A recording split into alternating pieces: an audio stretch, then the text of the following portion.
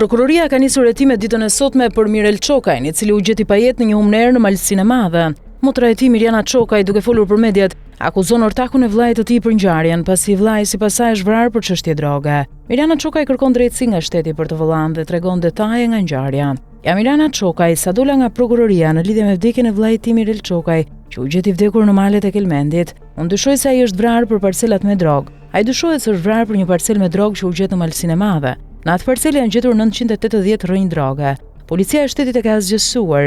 Vitet e fundit vllai im është marrë me drogë. Madje ai ka qenë i dënuar për këtë. Unë kur u përballa me ortakun se nuk mundesha të ecja rrugës më. Ai eci përpara meje dhe e gjeti vëllain rrugës. Gëzim Preldal Kaj tha se vllai im kishte rënë në humner dhe kishte vdekur. Ai tha se telefonin e kishte dëgjuar dhe se kishte rënë edhe zilja. Ai shtoi se nuk e kishte prekur me dorë telefonin, por celulari nuk u gjet. Dua të di se ku e dinte ai se ku kishte vdekur vllai im. Dua që ta zgjidh çështjen e vllait tim sepse dyshoj se dikush nga ortakët e tij ka dorë në vrasjen e tij. Nga telefonatat që mund të ketë bërë, duke thirrur furgonin, dyshoj se vllai ka ndryshuar rrugën. Dyshoj te ortaku i tij. Vllai nuk e ka pasur që të kthehet atë ditë, por u kthye 2 ditë më parë. Ai devijoi rrugën dhe shkoi tek ai shteg. Vllai im ose është shtyr, ose dikush i ka rënë nga pas.